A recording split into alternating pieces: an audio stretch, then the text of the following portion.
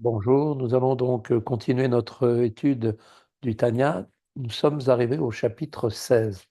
Avant de commencer le chapitre 16, on va juste rappeler très rapidement la fin du chapitre 15. On avait établi effectivement que deux catégories de Benoni doivent être distinguées. Celui qui sert Dieu, Oved Hashem, et celui qui ne le sert pas, Sherlo Ovdo.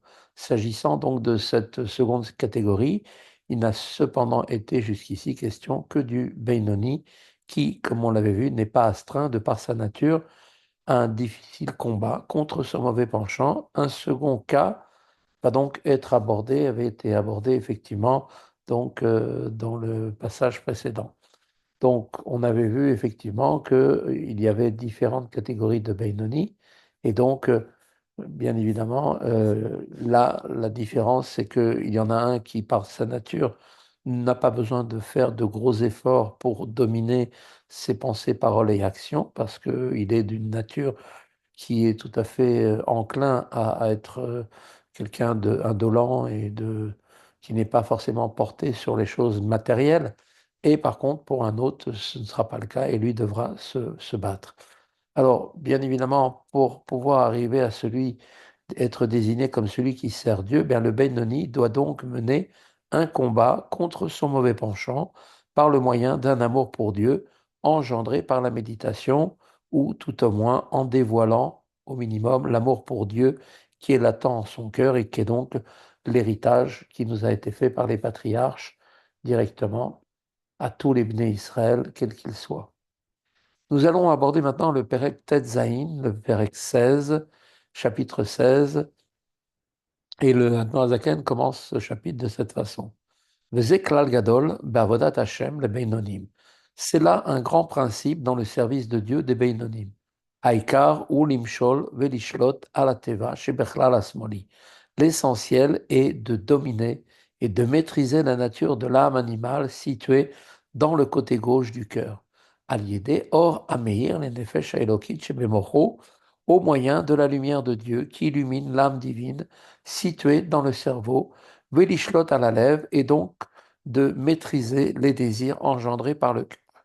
Pour parvenir à cette fin, le Benoni, outre la domination intrinsèque du cerveau sur le cœur, tel que Dieu a créé l'homme, eh bien, lui doit faire appel à l'aide de la lumière divine qui illumine son âme pour lui donner effectivement les forces de combattre et de vaincre ce mauvais penchant.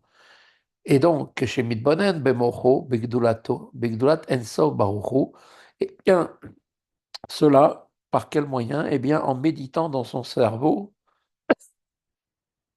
sur la grandeur de l'Ensof, béni soit-il, pour engendrer à partir de sa compréhension un esprit de connaissance et une crainte de Dieu dans son cerveau, dans les mots donc que chez Midbonen Bemocho Bigdulat Ensof Baruchu Léolide, donc afin d'engendrer Mebinato Ruach Da'at Beirat Hashem Bemocho, une compréhension, un esprit de connaissance et une crainte de Dieu dans son cerveau, Liot Surmera, afin qu'il puisse se détourner du mal, donc Deoraita, le mal condamné par la Torah, et celui qui est aussi condamné par les Rabbanan, les mitzvot de la Torah et les mitzvot des Rabbanan, Afilu Isur Kal Shel Divrehem, Chaz Veshalom, et même d'un interdit mineur d'ordre rabbinique, que Dieu nous en préserve.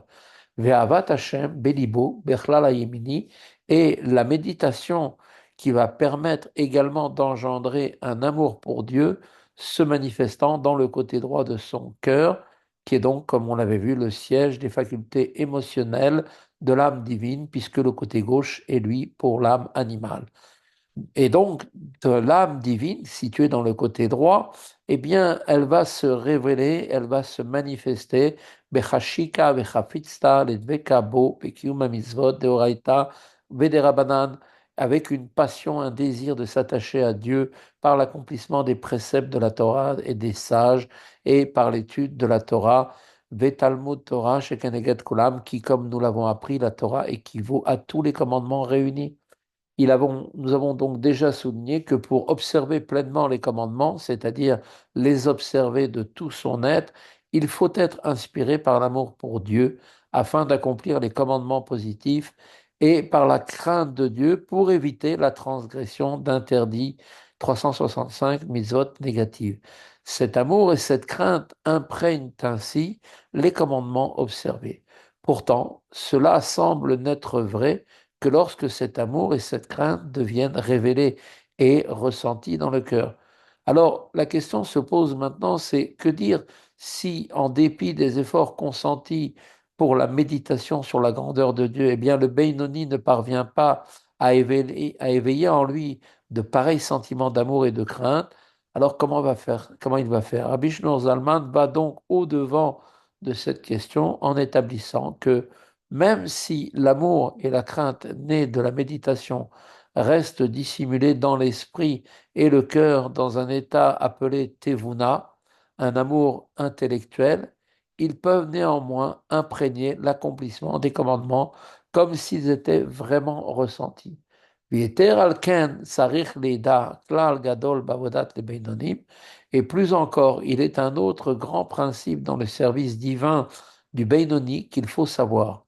Shegam im en yad sichlo uveruach binato maseget leolid ahavat Hashem beitgalut libo.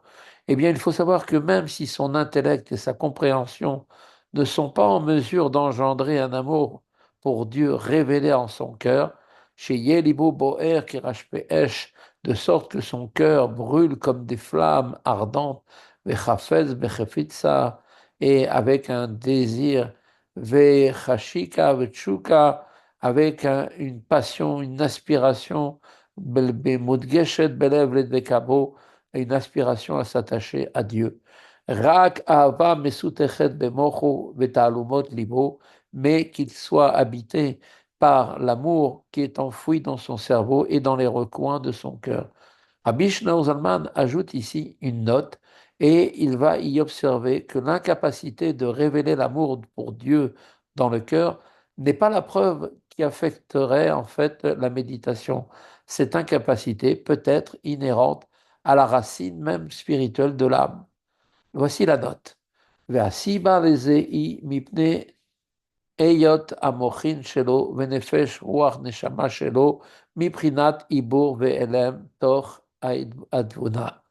Et donc la raison de cette inhibition est que son intellect et les niveaux de nefesh, ruach et neshama de son âme relève du niveau que l'on appelle de gestion, ibour, et de dissimulation au sein des niveaux de la compréhension supérieure, et non du niveau de connaissance, donc au niveau de ce qu'on appelle une naissance, la leda, donc bechinat leda, beitgalut ki yodua leyudechen, qui comme donc la naissance est une révélation, donc un niveau donc de révélation comme le sage, les familiers de la sagesse ésotérique, la Kabbale, donc la notion de l'éda, de naissance. C'est ici la fin de la note. Voici une brève explication de ce qu'on vient de dire. La Noirzaken nous a expliqué que les émotions engendrées par l'intellect, par exemple l'amour pour Dieu engendré par la méditation sur sa grandeur, connaissent bien deux états. Premièrement, celui dans lequel l'émotion est d'ores et déjà engendrée et révélée, et donc figurée symboliquement par la naissance. Et deuxièmement, un état préalable dans lequel l'émotion est encore partie intégrante de l'intellect, figurée par la gestation. Dans ce dernier, l'émotion consiste alors simplement en une inclination intellectuelle pour l'objet de la compréhension. C'est quelque chose qui reste simplement en gestation, qui est encore intériorisé. Ces deux états, existent également pour les attributs divins. On va retrouver ces deux dimensions effectivement, dans les attributs divins, dont les émotions humaines sont un reflet. Les attributs divins, les midot de bonté, qui est donc le chesed, de sévérité, la gvura, etc., qui existent de façon révélée, existent aussi à l'état caché dans l'intellect supérieur bina, qui est leur source. Or, l'âme qui trouve sa source dans les attributs divins reflète les caractéristiques de ces attributs. Ainsi, les âmes issues des attributs révélés possèdent elles-mêmes cette qualité de révélation, c'est-à-dire qu'elles peuvent révéler, elles ont la force de révéler leur amour pour Dieu en sorte qu'il soit effectivement ressenti.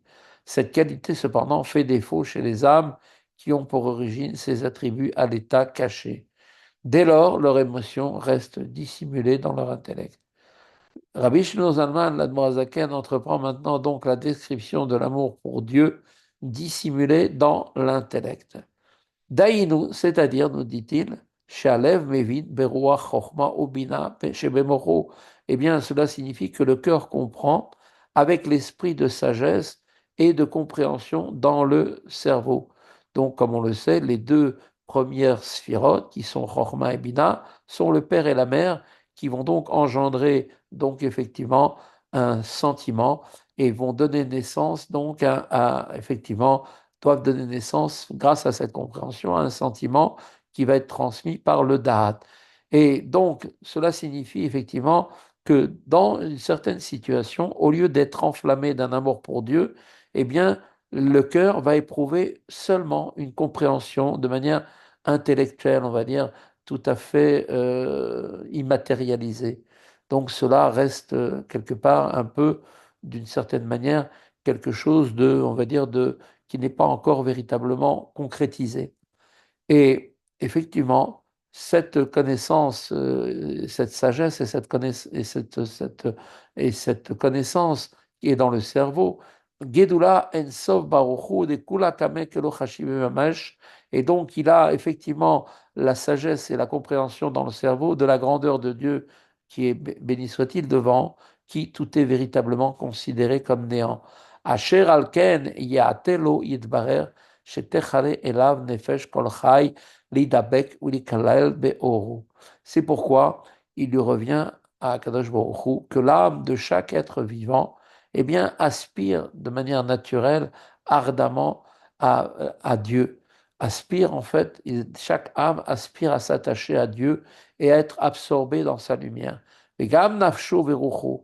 Et donc, il en est effectivement de même pour effectivement les âmes et les nefesh ruach qui sont Asher Bekirbo, qui sont en la personne, en l'intérieur de lui, car la en liot kalut elav.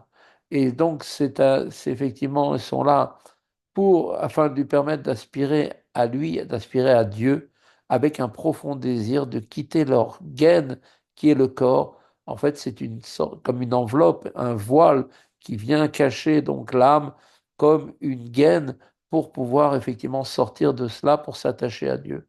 Rag chez Baal Kochan Chayut Ine Hena Betor Haguf Vetserurot Bo Ke Almanot Chayot. Et donc, les niveaux de Nefesh et Rouar de l'âme devraient normalement aspirer si intensément à s'attacher à Dieu que c'est seulement contre leur gré qu'ils vivraient dans le corps, attachés à lui comme des veuves vivantes, terme de la Torah, terme de la loi juive, qui désigne les femmes qui n'ont pas de preuve formelle de la mort de leur mari et ne peuvent de ce fait donc se marier. Beleit marshava deleon tfisa beklal, et dans leur état présent, leur pensée ne peut aucunement saisir Dieu, qui im kacher tfisa mitla beshet betora o mizvotea. Et donc, cela, ces pensées ne peuvent aucunement saisir, si ce n'est quand elle saisit la Torah et ses commandements et va s'en revêtir. Par l'étude de la Torah et par l'observance des commandements, eh bien, on saisit la sagesse et la volonté divine qui ne font qu'un avec Dieu lui-même. Que Machal, Amechabek et Ameler, Kaniskar Leil, comme l'avait illustré l'allégorie, l'image de celui qui étreint le roi que nous avons mentionné précédemment. Bien que le roi porte ses vêtements, eh bien, quand on l'enlace, eh bien, c'est bien le roi qui se trouve effectivement étreint. Ainsi, la Torah et les commandements qui expriment la volonté et la sagesse de Dieu permettent à celui qui en fait l'étude et les met en pratique, ni plus ni moins de saisir Dieu lui-même malgré leur descente dans le monde physique, ce monde voilé qui cache la divinité. Et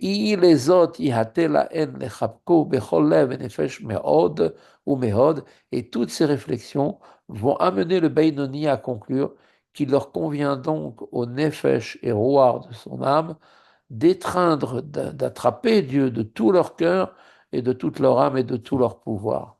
Daïnou, Kiyum, Tariag Mitzvot, Bemaase, Bedibur, Bemarshava, Shei Asagad, Veidiyat, Torah, Keniskar Leil, c'est-à-dire en pratique d'accomplir les 613 commandements par l'action, la parole et la pensée, cette dernière étant la compréhension et la connaissance de la Torah, comme il a déjà été expliqué dans les précédents chapitres, à savoir que par l'étude de la Torah et la pratique des commandements, eh bien, on saisit Dieu lui-même, pour ainsi dire. C'est donc par la méditation sur la grandeur de Dieu qui aspire l'accomplissement donc des commandements, eh bien cela, cette méditation amène à prendre conscience que devrait être ressenti le profond désir de se lier à Dieu, et ce lien ne peut être établi que par l'accomplissement des commandements. Ine que chez Mahamik binyanze betalumot tevunot libo mocho, et par conséquent, quand le Beinoni médite sur cela, dans les recoins de la compréhension de son cœur et de son cerveau, où piv li bouche avine, et que sa bouche et son cœur sont en parfait accord, c'est-à-dire que ce que son cœur ressent trouve effectivement l'expression réelle dans la parole, exactement de la même manière, et non pas ce qu'il pense et ce qu'il dit sont différents. Là, il est en accord parfait avec tout cela.